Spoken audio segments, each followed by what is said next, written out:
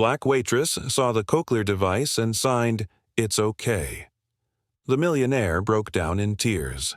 The Grand Celestial Hotel stood like a crystal tower in the heart of Manhattan, its windows glowing against the December night sky like 1,000 diamonds. Inside the Diamond Ballroom on the 42nd floor, New York's wealthiest and most powerful people gathered for the annual Winter Charity Gala. Chandeliers hung from the ceiling like frozen waterfalls, casting golden light across tables dressed in white silk and silver. The air smelled of expensive perfume, fresh roses, and the kind of money that could change lives with a single phone call. Waiters and waitresses in crisp black uniforms moved silently between tables, carrying trays of champagne and plates of food that cost more than most people earned in a week. Among them was Maya Thompson, a 26-year-old woman whose hands trembled slightly as she poured water into crystal glasses. This was her first time working such an important event, and she knew one mistake could cost her the job she desperately needed to pay for her younger brother's college tuition. Maya had learned to move through the world quietly, almost invisibly.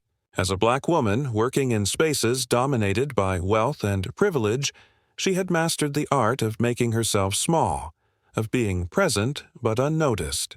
Her dark eyes missed nothing, though she pretended to see very little. She watched the guests laugh and toast each other, their jewelry catching the light, their voices full of confidence and power. Most of them never looked at her face. To them, she was just part of the scenery, like the flowers on the tables or the music playing softly from the orchestra in the corner. But Maya had learned something important in her 26 years.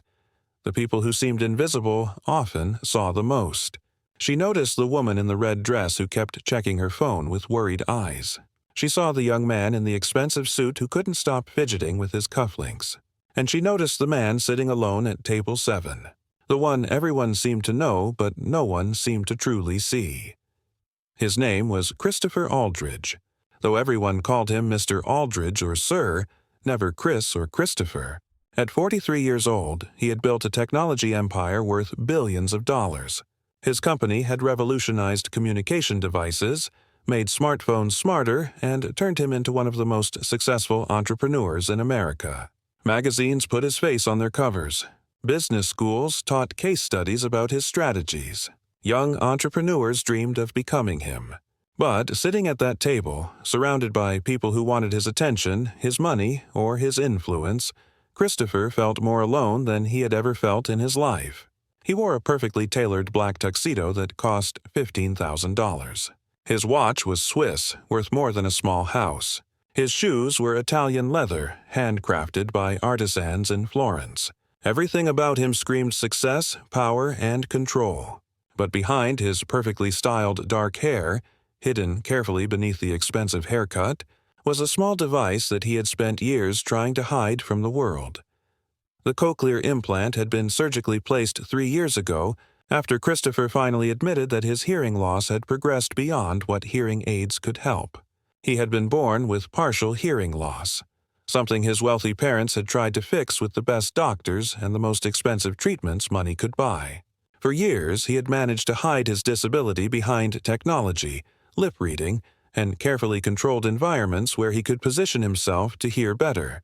He became an expert at nodding at the right moments, at reading body language and facial expressions to fill in the words he missed. He built his entire company around communication technology partly because he understood better than most people how important and how difficult true communication could be. But he never told anyone about his hearing. Not his business partners, not his employees, not even the women he dated, who eventually left him because they said he seemed distant, disconnected, as if he was always somewhere else even when he was right beside them. Christopher had learned early that weakness was something to be hidden, especially in the world of business and money. His father, a stern man who had made his own fortune in real estate, had taught him that showing vulnerability was the same as showing your throat to a wolf. The moment people see you as weak, they will tear you apart, his father had said when Christopher was just 12 years old, struggling to hear his teacher in school. You hide it, you compensate for it, and you never, ever let them see you struggle. So Christopher had built walls around himself, thick and high, made of money and success and a cold, distant personality that kept people at arm's length. He became known as brilliant but arrogant, successful but impossible to work with, rich but utterly alone. He fired assistants for minor mistakes. He walked out of meetings if people spoke too softly. He refused to attend events where he couldn't control the environment. People whispered that he was difficult, demanding, maybe even cruel. But no one knew that behind the arrogance was a man terrified that someone would discover his secret, would see him as less than perfect, would know that the great Christopher Aldrich couldn't do something as simple and basic as hear the world around him. Tonight's gala was torture for Christopher. The ballroom acoustics were terrible, with sounds bouncing off the high ceilings and marble floors, creating an echo chamber that made it nearly impossible for him to distinguish individual voices. The orchestra played constantly, adding another layer of sound that his cochlear implant struggled to filter. People kept approaching him from his left side, his weaker side, speaking quickly and expecting immediate responses. He had already nodded through 3 conversations where he had no idea what was being said, smiling and pretending to understand while his heart raced with anxiety. His jaw ached from the tension of constantly trying to appear normal, in control, unbothered. He had positioned himself at table 7 specifically because it was in a corner, with his back to the wall, giving him a clear view of anyone approaching. But even with all his strategies and careful planning, he felt exhausted, overwhelmed, and desperately wanting to leave. The only thing keeping him there was pride and the knowledge that leaving early would cause gossip, questions, attention he couldn't afford. Maya had been assigned to serve the tables in Christopher's section, which meant she had to approach the most intimidating man in the room multiple times throughout the evening. She had heard the other servers whispering about him, warning her to be careful, to stay quiet, to not make eye contact unless spoken to. "He's ice cold," one waiter named Marcus had told her during the pre-event briefing. Last year he made a server cry because she accidentally bumped his chair. Just do your job, don't talk, and definitely don't try to be friendly. He hates that. Maya had nodded, her stomach twisting with nervousness. She needed this job too much to risk making any mistakes, especially with someone as powerful as Christopher Aldrich. She had watched him from across the room, studying his body language, trying to understand how to approach him without causing problems. What she noticed surprised her. Despite his reputation for being cold and arrogant, Christopher looked tired. His shoulders were tight with tension. His hand kept moving to his temple, rubbing it as if fighting a headache. His eyes, a striking blue-gray color, seemed distant and sad, even when people came to shake his hand and congratulate him on his recent business success. When Maya finally approached his table to refill his water glass, she moved slowly and deliberately, making sure he could see her coming from his right side. She had learned in her training to always approach from the right, to announce herself quietly before reaching across the table, to never surprise a guest. But as she leaned in with the crystal water pitcher, her eyes caught something she hadn't expected to see. There, barely visible beneath the perfectly styled hair above his left ear, was a small device. Maya recognized it immediately because her younger brother, Joshua, had received cochlear implants when he was 8 years old after losing his hearing to meningitis. She had spent years learning sign language, going to appointments with audiologists, helping Joshua navigate a world that wasn't always kind to people with disabilities. She knew what those devices looked like, how they worked, and how much courage it took to live with them in a world that often treated disability as something shameful or less than normal. For a moment, Maya froze, her hand steady on the pitcher but her mind racing. This powerful, intimidating man who everyone feared and respected had the same device her brother wore. This billionaire who seemed so cold and distant was deaf or hard of hearing, living with a disability he clearly worked hard to hide. Suddenly, so many things made sense. His reputation for being difficult was probably just frustration from not being able to hear in difficult environments. His coldness was likely a defensive wall built to keep people from discovering his secret. His arrogance might just be overcompensation for feeling vulnerable. Maya felt something shift in her chest, a wave of empathy and understanding that caught her completely off guard. She thought about her brother Joshua, who had struggled for years with shame about his implants, who had been bullied in school, who had learned to hide them beneath baseball caps and long. Hair. She thought about how many times she had told him that his disability didn't define him, that he was still the same brilliant, funny, kind person he had always been. And here was Christopher Aldrich, one of the richest and most successful men in America, hiding the exact same thing. Maya finished pouring the water and started to step back, following her training to remain invisible and silent. But something stopped her. Maybe it was thinking about Joshua. Maybe it was seeing the exhaustion and loneliness in Christopher's eyes. Maybe it was just her nature, her inability to walk away when she saw someone suffering, even someone as powerful and intimidating as this man. Before she could talk herself out of it, before her fear could stop her, Maya set down the pitcher on a nearby serving table. She moved back to where Christopher sat, positioning herself in his line of sight so she wouldn't startle him. His eyes lifted to meet hers, and for a moment she saw confusion cross his face. Servers weren't supposed to make eye contact. They weren't supposed to stand there looking at guests. They were supposed to be efficient, quiet, and invisible. Then Maya did something that would change both of their lives forever. She lifted her hands and signed 2 simple words in American Sign Language, her movements gentle and deliberate. Her right hand formed a fist and tapped twice against her chest. Then both hands moved outward with open palms. "It's okay." That was all she signed. Just those 2 words. But in that moment, in that gesture, she communicated something that went far beyond simple language. She was saying, "I see you. I see your device. I see what you're hiding. And I'm telling you that it's okay. You don't have to hide from me. You don't have to pretend.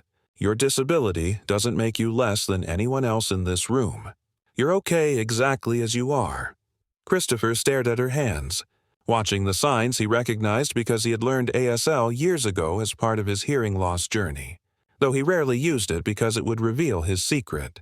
For several seconds he couldn't move, couldn't breathe, couldn't think. This young waitress, this woman whose name he didn't even know, had seen through the walls he had spent years building. She had noticed the device he worked so hard to hide. She had recognized what it meant.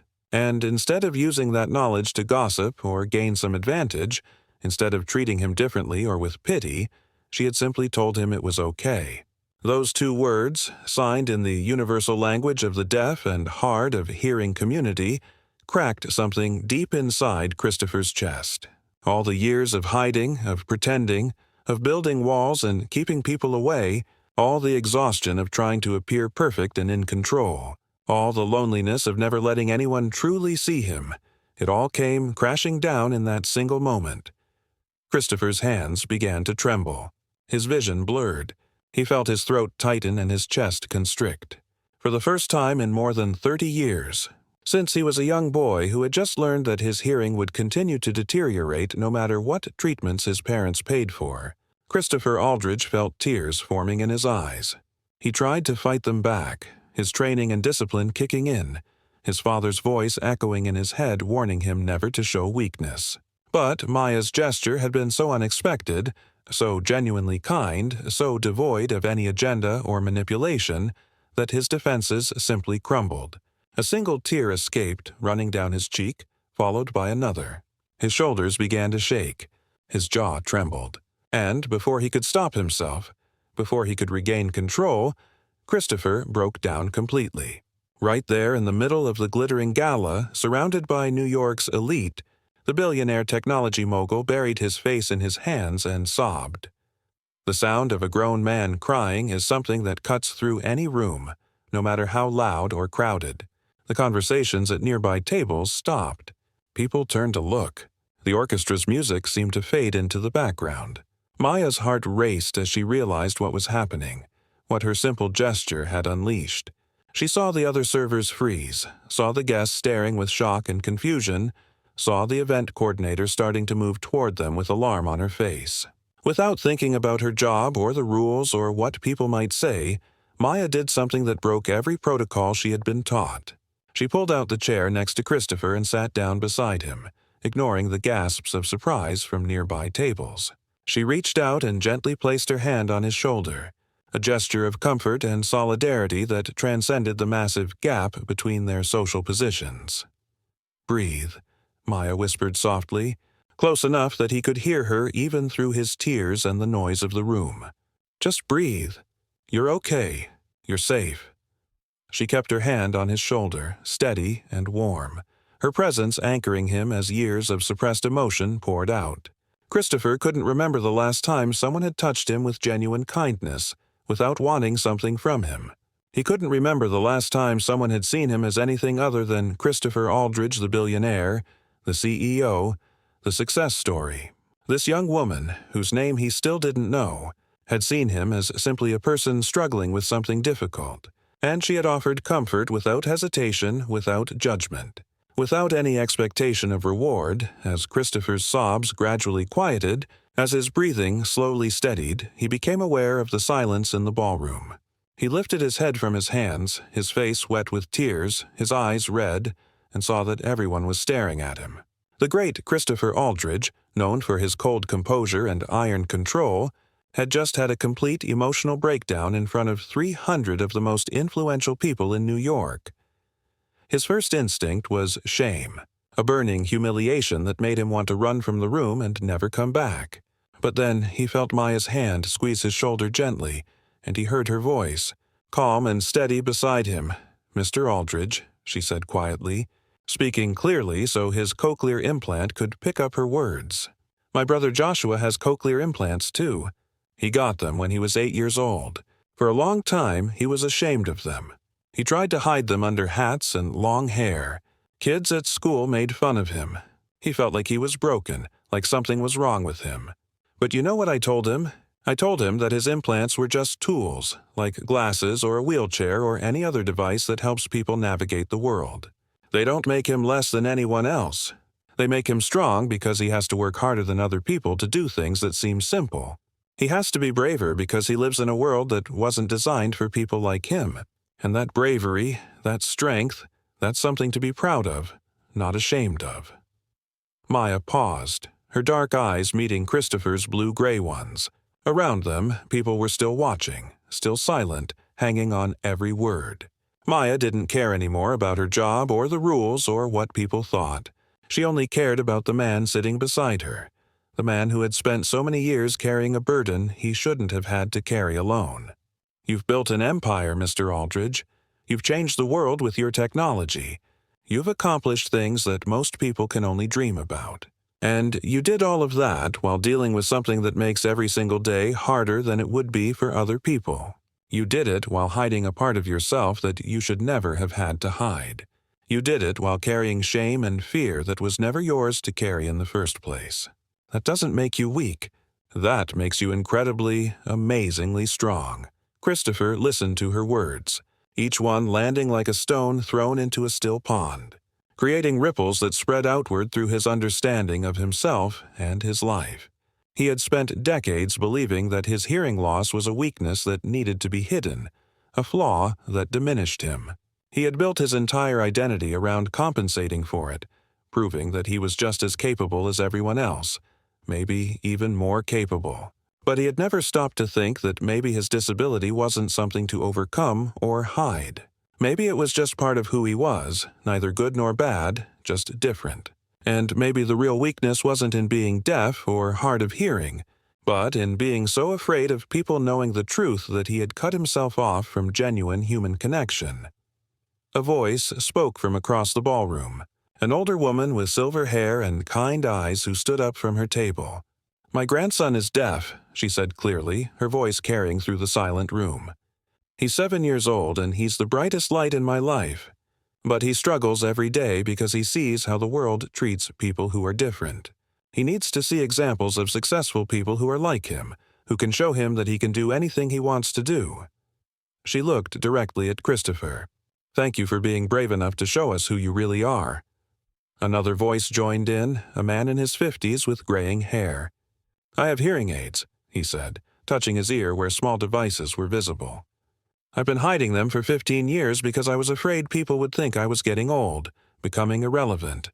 Seeing you tonight, Mr. Aldridge, it makes me realize how much energy I've wasted on shame that was never necessary."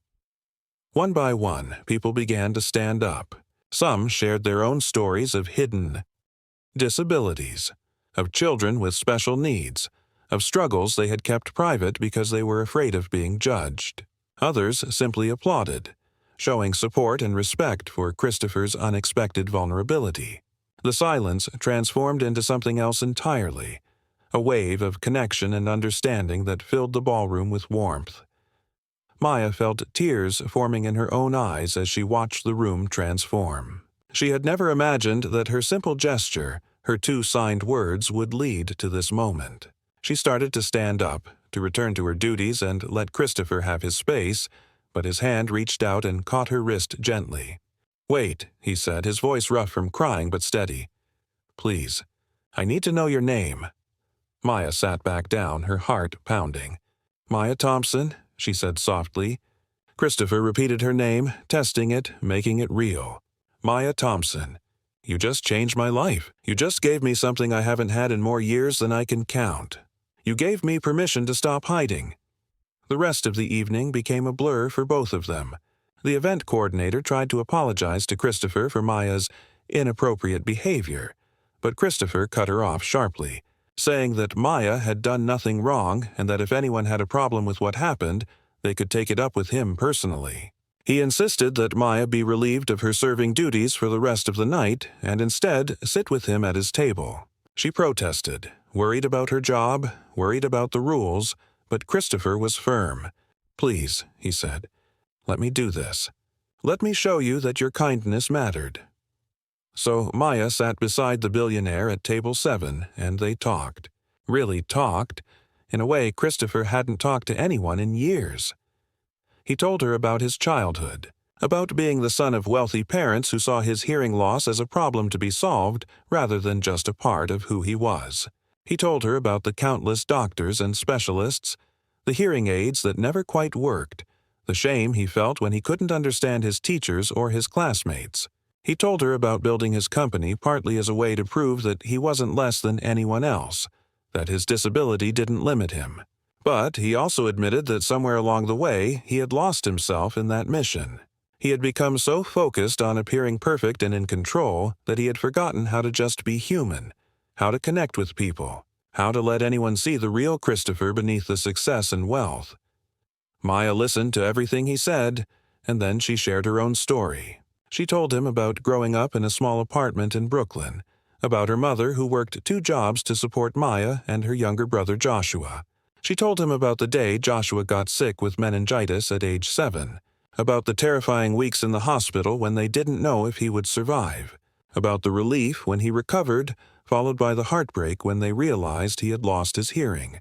She told Christopher about learning sign language alongside Joshua, about fighting with the school system to get him the support he needed, about the bullies and the ignorant comments and the constant struggle to help Joshua understand that he was perfect exactly as he was.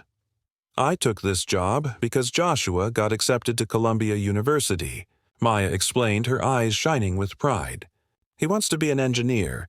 He wants to design better cochlear implants and hearing devices to help other kids like him. But the tuition is expensive and Mom's already working herself to exhaustion. So I take every shift I can get, every event, every opportunity, because my brother deserves the chance to follow his dreams." She smiled, a beautiful expression that made her whole face light up. "He's going to change the world, Mr. Aldridge, just like you did. But he's going to do it while being proud of who he is, not in spite of it." Christopher felt something shift in his chest as he listened to Maya's words. Here was this young woman working as a server at events for wealthy people who barely noticed her, struggling to help her brother afford college, and yet she had more courage, more strength, and more genuine success than most of the powerful people in this room. She had noticed him, truly seen him, and offered kindness without expecting anything in return. She had changed his life with 2 simple signed words and a gentle touch on his shoulder. He realized that for all his billions of dollars, for all his business success and influence, he had never done anything as important or meaningful as what Maya was doing for her brother. "Joshua is a lucky young man to have you as his sister," Christopher said finally, "and the world is lucky that he's going to be an engineer." He paused, then made a decision that felt more right than anything he had done in years. "Maya, I want you to bring Joshua to meet me. Next week at my office. I want to hear about his ideas for improving Cochlear technology, and I want to discuss funding his education, all of it, through a scholarship from my foundation." Maya's eyes widened with shock. "Mr. Aldridge, I can't. That's too much. I didn't tell you that story to ask for money." Christopher held up his hand, stopping her protests. "I know you didn't. That's exactly why I want to do this. You gave me something tonight that money can't buy. You gave me back myself. You reminded me that hiding who I am is exhausting and lonely and ultimately pointless. You showed me that vulnerability isn't weakness. It's actually the strongest thing we can do." He smiled, a genuine expression that transformed his entire face, making him look younger and more alive than he had in years. "Let me do this, Maya. Let me invest in Joshua's future. Let me support someone who will actually use his success to help others instead of just accumulating more wealth. Please."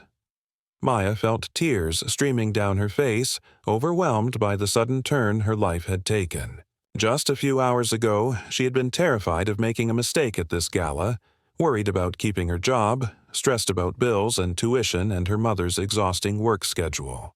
Now she was sitting beside one of the richest men in America, and he was offering to pay for her brother's entire education because she had shown him a moment of kindness. It seemed impossible, too good to be true, like something from a dream. But looking into Christopher's eyes, she saw that he was completely serious. This wasn't charity or pity. This was one person recognizing another's worth and choosing to help simply because it was the right thing to do. The rest of the gala passed in a strange, wonderful blur. Christopher didn't leave early as he had planned. Instead, he stayed until the very end, talking with guests not with his usual cold distance but with genuine engagement. Several times throughout the evening, people came to his table to thank him for his honesty, to share their own stories, to tell him how much his vulnerability had meant to them.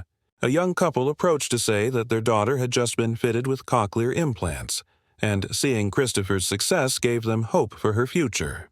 An older businessman admitted that he had been hiding his own hearing loss for years and was inspired to finally stop pretending. Each conversation chipped away more of the walls Christopher had built, leaving him feeling exposed but somehow free. When the event finally ended and the guests began to leave, Christopher walked Maya out of the hotel personally, ignoring the shocked looks from the staff who had never seen him show such attention to anyone, especially a server. In the cool December night air, with snow beginning to fall gently around them, they stood together on the sidewalk outside the Grand Celestial Hotel.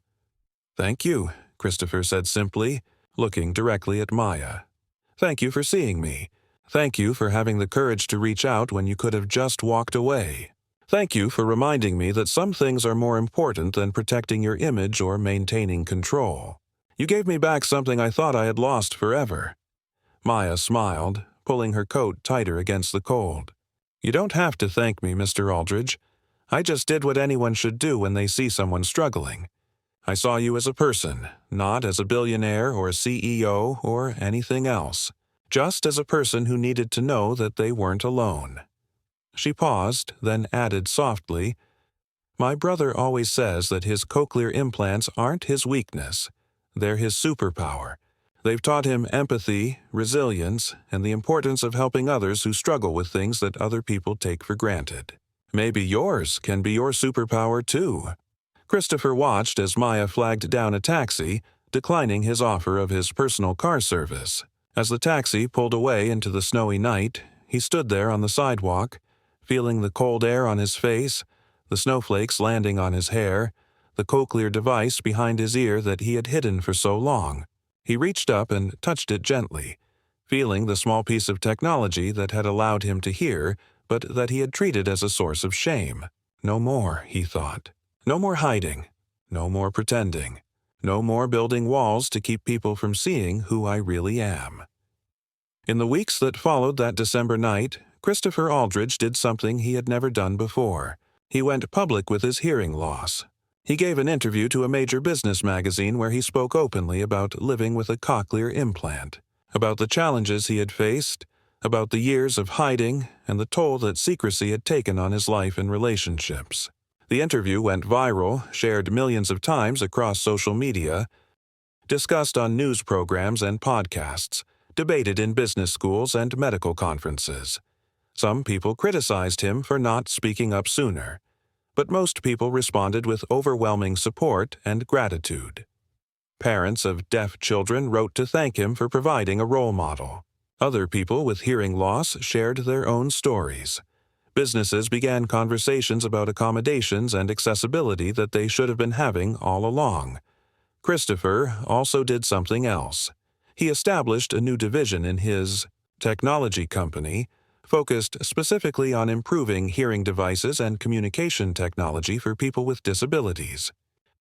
He hired Joshua Thompson, fresh out of high school, as his first intern in the new division, with the promise of a full-time position after he completed his Columbia engineering degree, which Christopher's foundation paid for completely, along with a generous living stipend. Joshua brought fresh perspectives and lived experience that Christopher's team had been missing. Together, they began developing new technologies that would make cochlear implants more affordable, more effective, and more comfortable for users. But perhaps the most important change Christopher made was personal. He began therapy, working with a counselor who specialized in disability and identity issues. He started attending events for the deaf and hard of hearing community, where he met others who understood his experiences.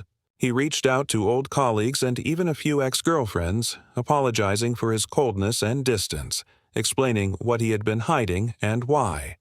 Some relationships couldn't be repaired, but others began to heal.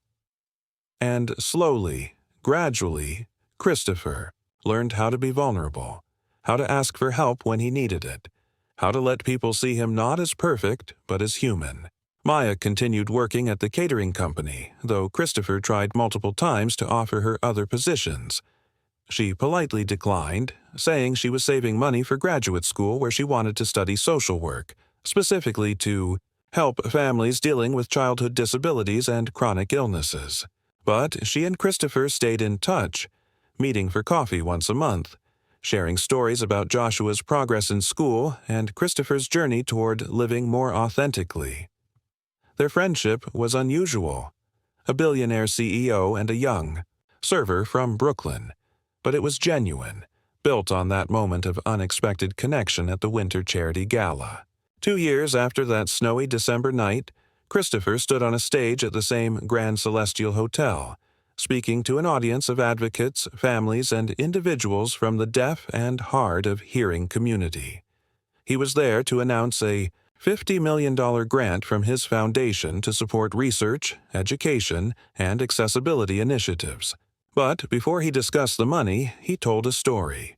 He told them about being 43 years old and feeling utterly alone despite having billions of dollars and worldwide success. He told them about sitting at table 7, exhausted from pretending to be someone he wasn't, ready to leave early and continue living behind walls he had built to hide his disability. Then Christopher told them about the young waitress who had seen his Cochlear device and had done something extraordinary. "She signed 2 words to me," he said, his voice strong and clear in the acoustically excellent ballroom that he had personally funded upgrades for, ensuring it was accessible to people with hearing loss. 2 simple words that changed everything. She signed, "It's okay." And in that moment, she gave me permission to stop hiding. She saw me as a complete person, worthy of kindness and understanding exactly as I was. She reminded me that my disability wasn't something to be ashamed of, but simply part of my story, part of what makes me who I am. Christopher paused, looking out at the audience where Maya sat in the front row, her mother and Joshua beside her. Joshua now wore his Cochlear devices with pride, often choosing decorative skins that made them visible and even stylish.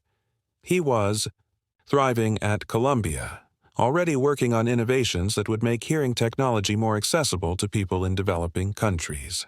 Maya was finishing her bachelor's degree in social work, having quit her serving job to focus on school after Christopher insisted on providing her a scholarship as well, arguing that investing in her future was just as important as investing in Joshua's. "That night, I broke down in tears," Christopher continued, his voice thick with emotion even now, 2 years later. I cried in front of 300 people because someone finally saw me, really saw me, and told me I was okay. It was the most vulnerable moment of my life, and also the most important, because from that moment forward, I stopped hiding. I started living as my authentic self, and I discovered that the thing I was most afraid of, people knowing the truth about me, was actually the key to everything I had been missing.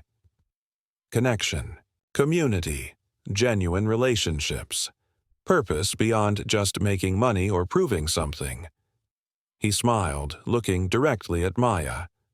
Black waitress saw the Cochlear device and signed, "It's okay." The millionaire broke down in tears. That's the headline people used when the story went viral. But what they didn't capture in that headline was what happened next.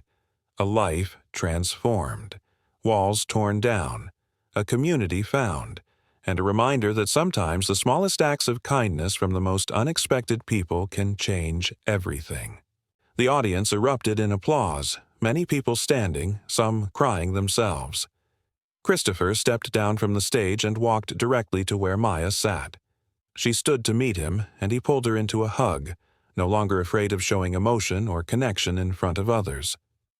"Thank you," he whispered, "for seeing me, for saving me, for teaching me that vulnerability is strength."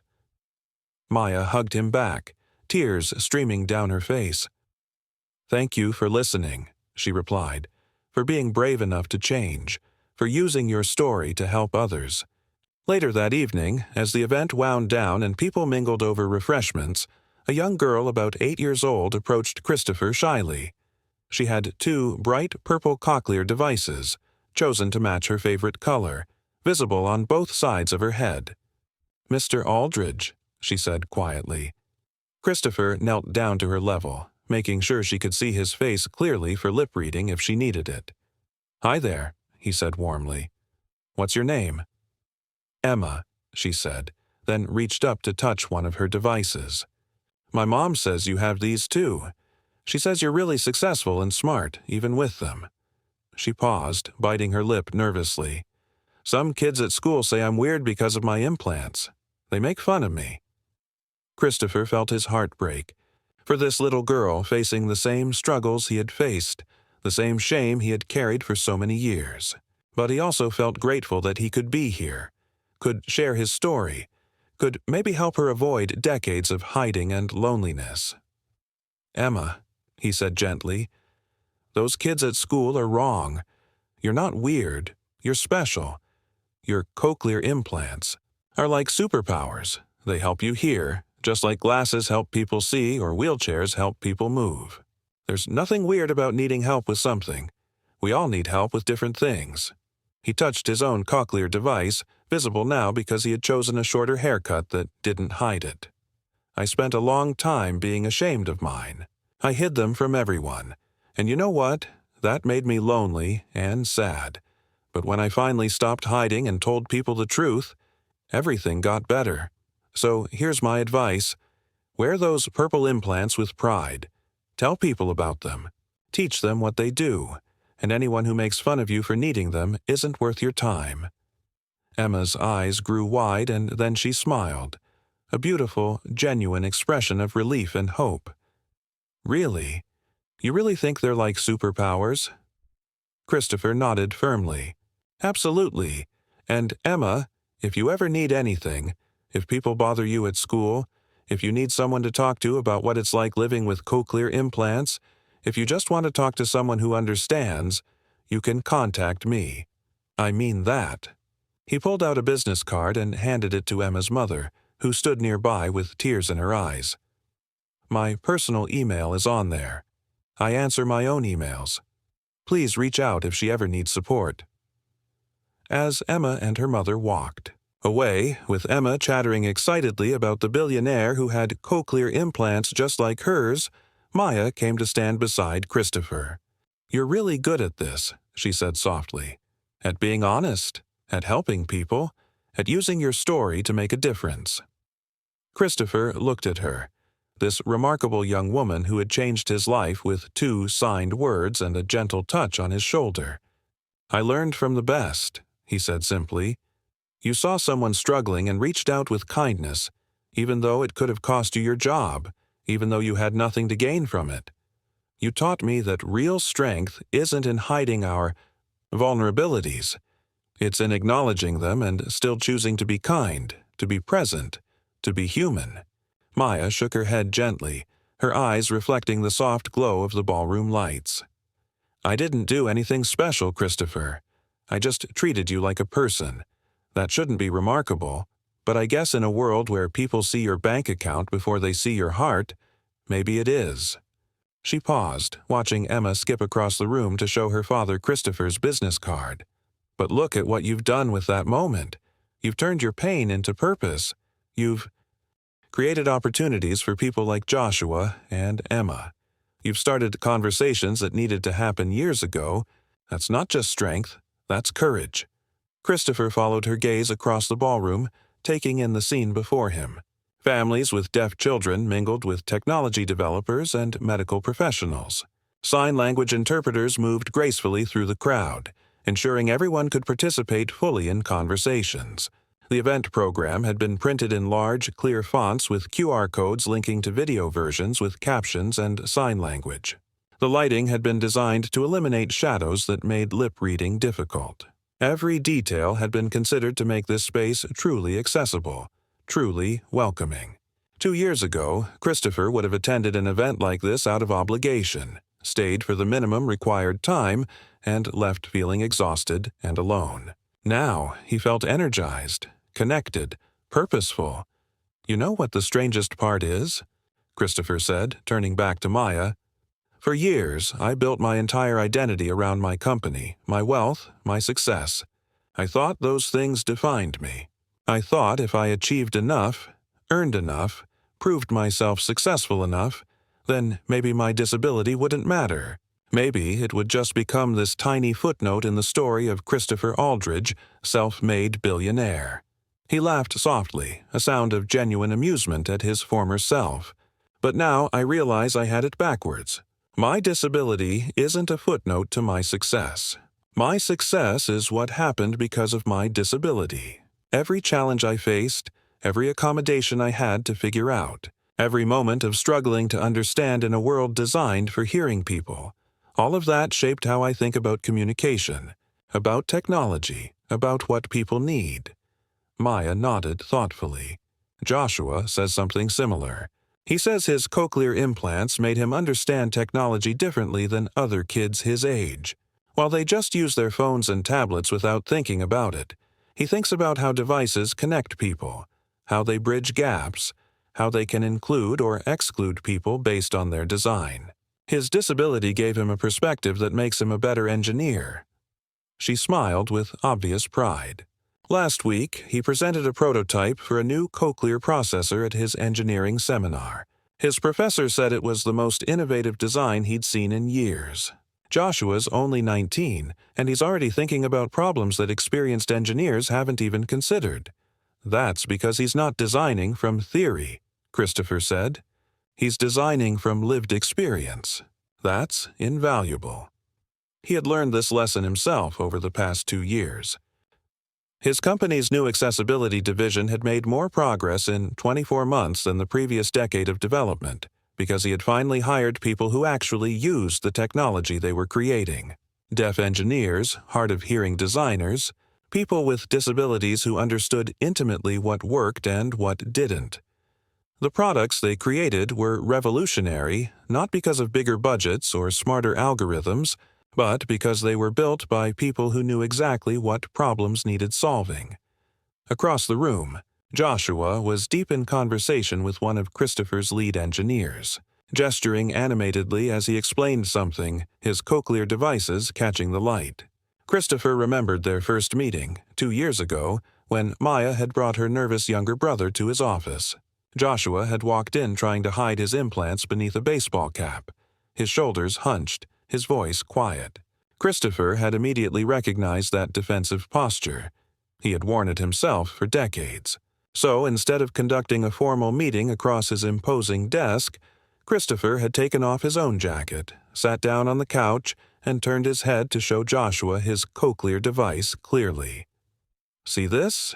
Christopher had said that day, pointing to the device behind his ear. "I used to hide mine, too. Spent about 30 years pretending it didn't exist, actually. Made me miserable and lonely. But your sister taught me something important. Hiding the things that make us different doesn't protect us. It just isolates us." He had watched Joshua's eyes widen, watched the tension slowly leave his shoulders. "So here's the deal. You don't have to hide anything in this office, in this building, or anywhere in your life if you don't want to. Your cochlear implants aren't something to be ashamed of. They're part of your story, and your story is valuable." That conversation had marked the beginning of a mentorship that had grown into something like family. Christopher didn't have children of his own. His years of isolation and failed relationships had prevented that. But Joshua had become like a younger brother or nephew, someone Christopher invested in not just financially, but emotionally. He attended Joshua's college presentations, celebrated his good grades, offered advice on everything from engineering problems to dating questions. And Joshua, in turn, had taught Christopher things that no amount of money could buy. How to navigate the world as an openly disabled person, how to find community and pride in an identity Christopher had spent years rejecting, how to be vulnerable and authentic without fear. Maya's mother, Patricia Thompson, approached them with a plate of appetizers. At 62 years old, she looked a decade younger. The constant worry and exhaustion that had lined her face 2 years ago now replaced with peaceful contentment. Christopher had offered her early retirement with a generous pension, but Patricia had refused, saying she wasn't ready to stop working. So instead, Christopher had hired her to run the family support program at his foundation. Using her decades of experience navigating healthcare and disability services with Joshua to help other families facing similar challenges. She had turned out to be one of the best hires he had ever made, bringing empathy, practical knowledge, and tireless advocacy to families who needed it most. "You two look like you're plotting something," Patricia said with a warm smile, offering them the plate. "Should I be worried?" Christopher laughed, accepting a canapé. "Always plotting, Miss Patricia.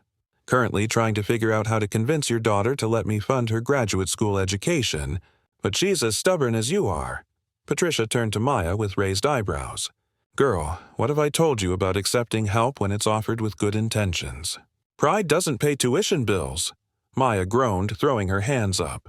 "Not you too, Mama. It's bad enough that Christopher brings it up every time we meet, but now you're ganging up on me?" "Because we're right," Patricia said firmly. "Christopher isn't offering charity. He's offering investment in someone who's going to do good work in the world, same as he did for Joshua. The difference is you're too proud to see it." She turned to Christopher with a conspiratorial smile. She's been like this since she was 5 years old. Refused to let anyone help her tie her shoes because she wanted to do it herself. Spent 30 minutes struggling with those laces every single day until she figured it out. Christopher grinned. "That explains a lot, actually." Maya looked between them, exasperated but clearly moved by their concern. Fine. I'll think about it. But only because you're both relentless and I'm tired of arguing." The truth was, Maya had been struggling more than she wanted to admit. Working part-time while taking a full course load was exhausting. She was maintaining excellent grades, but at the cost of sleep, social life, and any time for herself. She wanted to do clinical internships that were unpaid but necessary for her degree, but she couldn't afford to work fewer hours at her paying jobs. Christopher had known this for months, watching her push herself to the breaking point because she was too proud or too stubborn or too afraid of feeling indebted to accept help. He understood that pride. He had worn it like armor for most of his life. But he also understood now that there was a difference between independence and isolation, between self-reliance and refusing to be part of a community. "Maya," Christopher said gently, serious now, "when you signed those 2 words to me that night, you didn't do it because you wanted something from me. You did it because you saw someone struggling and you had the ability to help. That's all I'm trying to do now. I have resources that can make your life easier, that can help you focus on becoming the incredible social worker I know you're going to be. Letting me help doesn't make you weak or dependent. It makes you part of a community where we support each other." He paused, then added quietly, "You gave me back my life. Maya, let me invest in yours, please." Maya felt tears threatening again, the way they seemed to whenever Christopher said things that cut straight through her defenses to her heart. She looked at this man who had become one of her closest friends, whose life had intertwined with hers in ways she never could have imagined that snowy December night. He wasn't the cold, arrogant billionaire anymore, or maybe he never had been. Maybe that had just been armor protecting a deeply wounded person. Now he was just Christopher, brilliant and generous and sometimes awkward in social situations, learning to navigate the world as his authentic self, using his privilege and resources to lift up others instead of building walls to keep them out. "Okay," Maya said finally, her voice barely above a whisper. "Okay, thank you. I accept." Christopher's face broke into a genuine smile, the kind that transformed his entire appearance. "Thank you for trusting me, for letting me be part of your journey the way you've been part of mine." Patricia wrapped both of them in a fierce hug, tears streaming down her own face. "Look at us," she said, laughing through her tears. "2 years ago, I was working double shifts and terrified about how to pay for Joshua's college. Maya was exhausted from picking up every catering gig she could find. And you, Christopher, were hiding yourself from the world. Now look at all of us. This right here. This is what miracles look like." As the evening continued, the ballroom filled with countless small moments of connection and hope. A teenage boy with cochlear implants asked Christopher for advice about applying to engineering schools. A mother of a newly diagnosed deaf toddler thanked Maya for the resources and support groups Patricia had connected her with. A group of deaf entrepreneurs pitched Christopher their ideas for accessible technology, and he immediately scheduled follow-up meetings with his development team. Emma, the 8-year-old with purple cochlear devices, played with 2 other children who had various assistive devices, all of them laughing and communicating in a beautiful mix of spoken words, signs, and gestures that transcended any single language. Christopher watched it all with a sense of wonder and gratitude that still sometimes caught him off guard. For 43 years, he had believed that his worth depended on hiding his vulnerability, on appearing perfect and in control, on proving that his disability didn't affect him. He had built a fortune and an empire, but he had been utterly alone, disconnected from genuine human relationship, terrified that anyone who truly knew him would see him as less than. One young woman with kind eyes and brave heart had shattered that illusion with 2 signed words and a gentle touch. She had seen him, really seen him, and told him he was okay exactly as he was. That moment of being truly seen had broken him open, had made him cry in front of hundreds of people, had destroyed the carefully constructed image he had spent decades building. At the time, it had felt like the end of something, but it had actually been a beginning. The beginning of living authentically. The beginning of real relationships based on truth rather than pretense. The beginning of understanding that his disability wasn't something to overcome, but something that had shaped him into someone who could understand and help others facing similar struggles. The beginning of purpose that went beyond profit margins and stock prices. "Penny, for your thoughts?" Maya asked, returning to his side with 2 cups of coffee. Christopher accepted one gratefully, warming his hands on the cup. "I was just thinking about that night, the gala. When you signed to me." He smiled, shaking his head in amazement. "I thought my life was over. I thought crying in public, showing vulnerability like that, would destroy everything I'd built. I thought people would lose respect for me, that business partners would pull away, that I'd become a cautionary tale about showing weakness." He laughed softly, but it was exactly the opposite. That vulnerability opened doors I didn't even know existed. It connected me with people in ways that all my money and success never could. It gave me purpose beyond just accumulating wealth. It gave me you and Joshua and Miss Patricia and this whole community of people who understand what it means to navigate the world differently. Maya nodded, sipping her coffee. "You know what I was thinking that night? I was terrified I was going to get fired. I broke every rule servers are supposed to follow. I made direct eye contact with a guest. I touched you without permission. I sat down at your table in the middle of service. My supervisor was furious. She laughed at the memory. But I couldn't not do it. I saw your device and I thought about Joshua, and I just couldn't walk away without letting you know that someone understood, that you weren't alone. She turned to look at Christopher directly. I'm glad I was brave that night. Even if I had gotten fired, even if nothing had changed for you, I would have been glad I reached out. Because sometimes the right thing to do is also the scary thing. And we have to do it anyway. You taught me that, Christopher said. You showed me that real courage isn't about hiding your fears or pretending to be invulnerable. It's about being honest about who you are and reaching out to connect with others despite the risks. That's the lesson I'm trying to live now. That's what I'm trying to teach Emma and Joshua and all these young people who are just beginning their journeys with disabilities. The world will tell them to hide, to overcome, to prove themselves. But what they really need to hear is that they're okay exactly as they are. They don't have to earn acceptance or prove their worth. They're valuable because they're human, because they have unique perspectives and experiences, because they exist. Across the room, the event organizer signaled that they were preparing to close down for the evening. Guests began gathering coats and saying goodbyes, exchanging contact information and making plans to stay connected. Christopher felt the familiar exhaustion that came at the end of social events, but it was different now than it used to be. Before, he would leave events drained from the effort of pretending, of hiding, of maintaining his carefully constructed persona. Now, he was tired simply because he had been fully present, genuinely engaged with people, emotionally available in ways that required energy but also gave energy back. It was the good kind of tired, the kind that came from meaningful work and authentic connection. Joshua bounded over with his characteristic enthusiasm, his face flushed with excitement. Christopher, Dr. Martinez from MIT wants to collaborate on my processor design. She thinks we could get it into production within 2 years if we can solve the power consumption issues. This is incredible. Christopher smiled at the young man's excitement, remembering when he himself had been 19 and full of world-changing ideas. That's fantastic, Josh. Dr. Martinez is one of the best in the field. But remember, don't commit to anything without reviewing the terms carefully. Make sure any collaboration protects your intellectual property and gives you proper credit for your work. Joshua nodded eagerly, then paused, his expression becoming more thoughtful.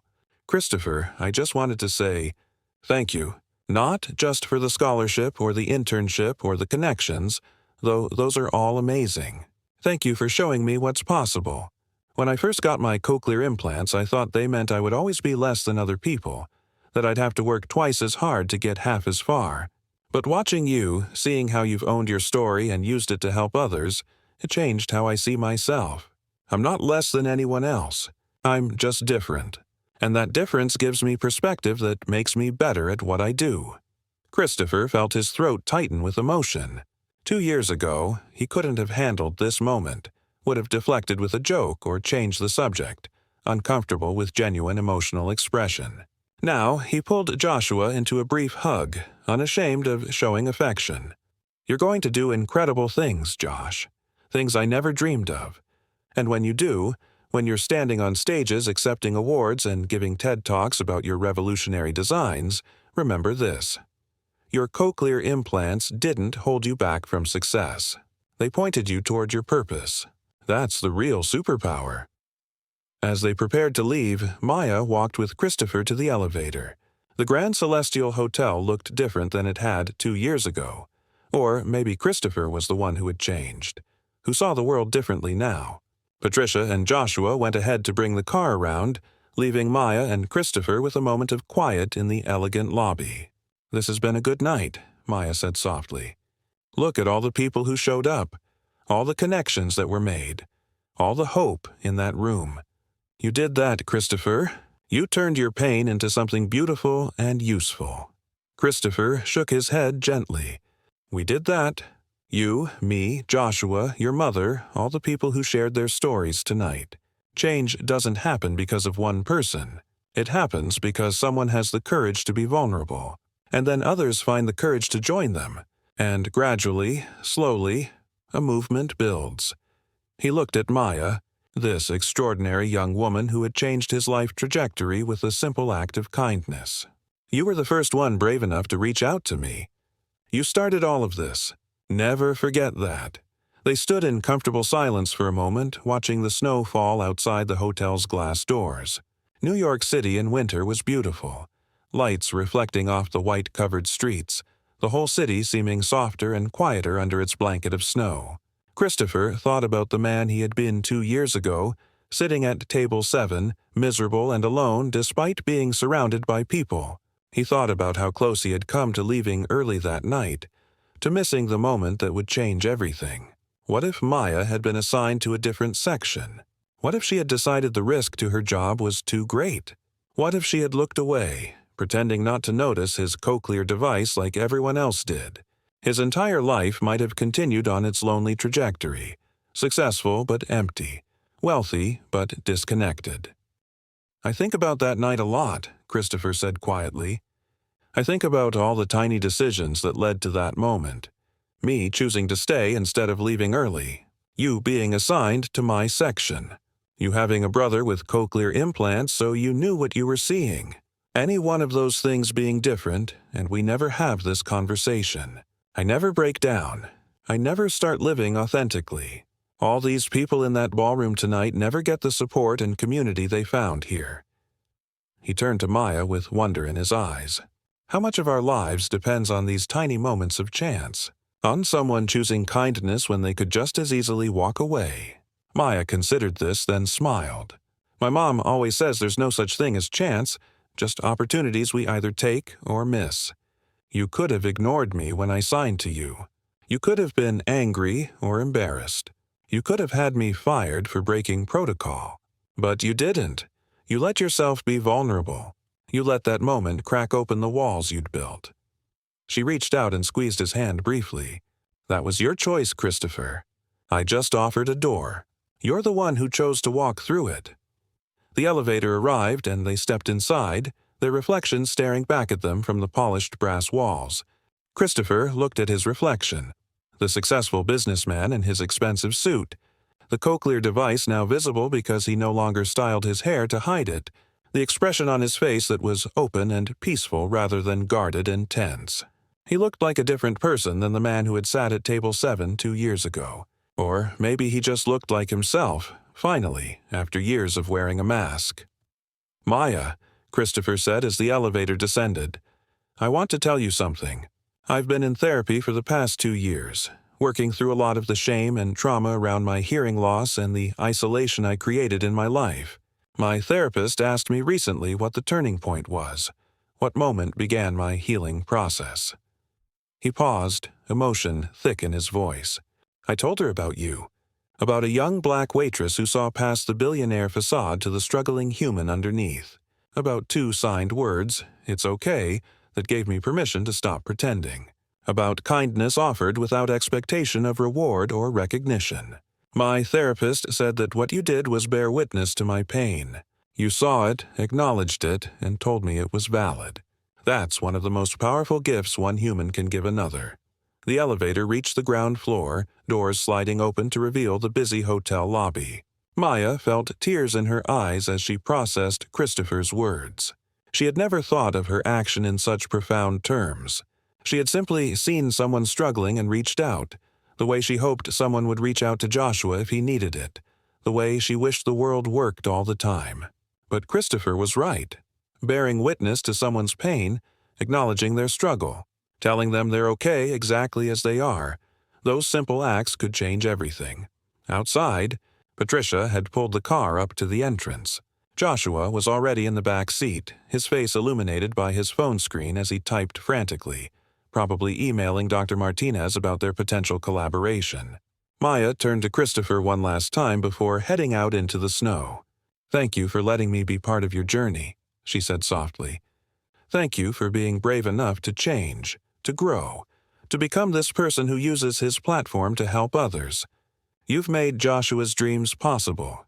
You've given my mother a purpose she never expected. You've shown so many people tonight that their disabilities don't define them. That's not just success, Christopher. That's legacy. Christopher smiled, a genuine expression of joy and gratitude. The legacy is ours together. You, me, Joshua, everyone who chose vulnerability over pretense, connection over isolation, authenticity over image. That's what I want people to remember. Not that Christopher Aldrich made billions of dollars, but that a community came together to support each other, to celebrate differences instead of hiding them, to prove that true strength lies in acknowledging our vulnerabilities, not denying them. He gave her a quick hug. Drive safe. Text me when you get home so I know you're okay, and think seriously about that graduate school funding. No pressure, just think about it. Maya laughed, wiping away tears. You're relentless, you know that. I learned from the best, Christopher replied with a grin. You didn't give up on me when it would have been easier to walk away. I'm not giving up on you. He watched as Maya hurried through the snow to her mother's car, as Joshua looked up from his phone to wave enthusiastically, as Patricia gave him a warm smile and a nod of gratitude. The car pulled away into the snowy New York night, taillights disappearing around a corner, and Christopher stood there for a moment, feeling the cold air on his face, the snow landing on his shoulders, the weight of gratitude settling in his chest.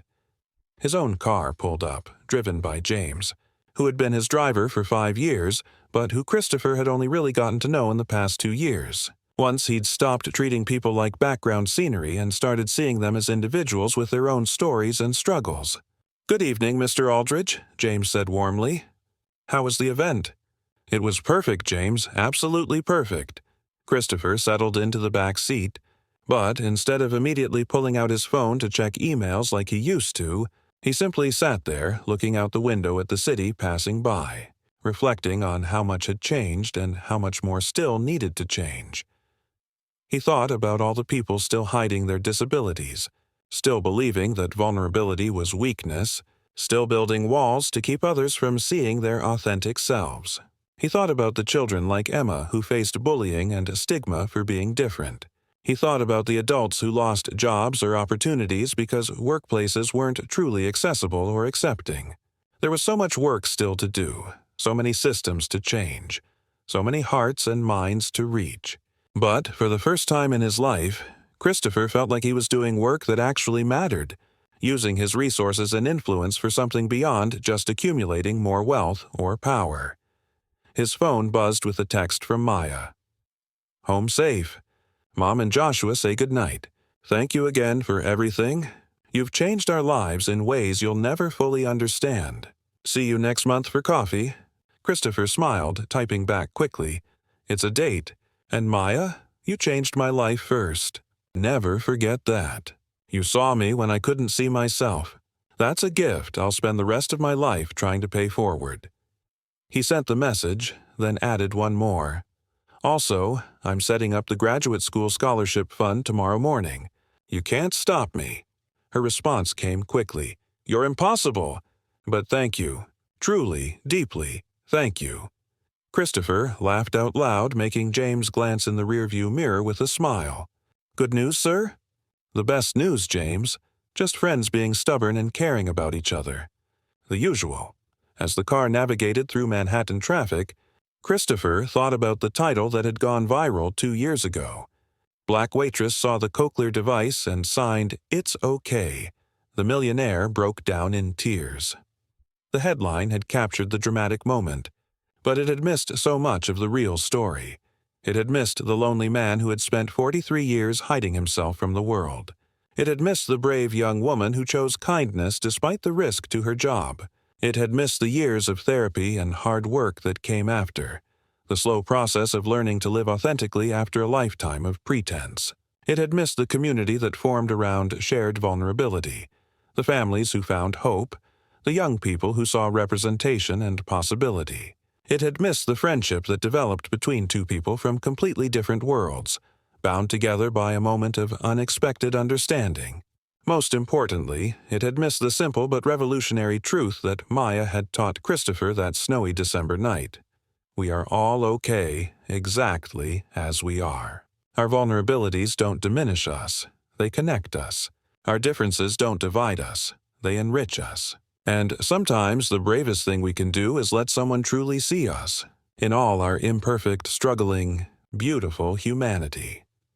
Christopher looked down at his phone, at the text conversation with Maya, at the photos from tonight's event showing Emma's bright smile and Joshua's excited expression and countless moments of connection and community. Then he looked out the window at New York City, this massive, complicated, beautiful place full of millions of people, each carrying their own struggles and secrets, their own moments of pain and joy, their own opportunities to choose kindness or indifference, connection or isolation, authenticity or pretense.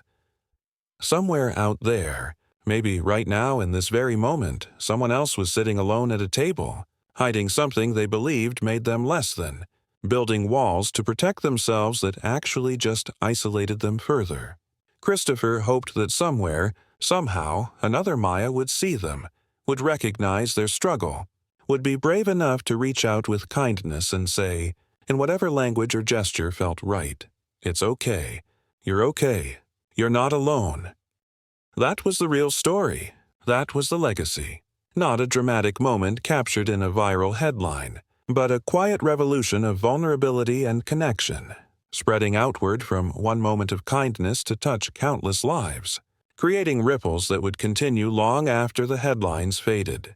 Christopher Aldrich had built a technology empire worth billions of dollars, but his greatest achievement was learning to be human, to be vulnerable, to be seen, and he owed it all to a young woman named Maya Thompson, who had signed two simple words that changed everything. "It's okay." As the car pulled up to his penthouse building, Christopher felt a sense of peace and purpose that money had never bought him. Tomorrow he would wake up and continue the work, funding scholarships, developing accessible technology, speaking openly about disability, mentoring young people like Joshua, supporting friends like Maya, building a world where being different was celebrated rather than hidden. But tonight he would simply be grateful. Grateful for that moment 2 years ago when everything changed. Grateful for the pain that had taught him empathy. Grateful for the walls that had come down and the connections that had been built. Grateful for second chances and new beginnings and the extraordinary power of ordinary kindness. "Good night, James," Christopher said warmly as he stepped out of the car. "Thank you for the ride. See you Monday." "Good night, Mr. Aldridge. Have a wonderful weekend." Christopher walked into his building, rode the elevator to the top floor, entered his penthouse with its floor-to-ceiling windows offering a stunning view of the city below. He touched the Cochlear device behind his ear, this small piece of technology that he had once viewed as his greatest shame and now understood as simply part of his story, part of what made him who he was, part of what allowed him to hear Maya's voice when she told him those two powerful words. Standing at the window, looking out at millions of lights twinkling in the darkness, Christopher whispered to himself, to the city, to the memory of that transformative moment, "It's okay." And finally, after all these years, he believed it. He was okay. He had always been okay. He just needed someone brave enough to tell him so, and the courage to believe them. That was the true story of how a black waitress saw a Cochlear device, signed two words, and changed not just one man's life, but the lives of countless others. Not through money or power or influence, but through the simple revolutionary act of bearing witness to another person's pain and offering them the gift of acceptance. It's okay. 2 words. A lifetime of difference. A legacy of hope. And it all started with one moment of unexpected kindness on a snowy December night in New York City, when 2 people from different worlds connected over shared humanity, and everything changed. The end.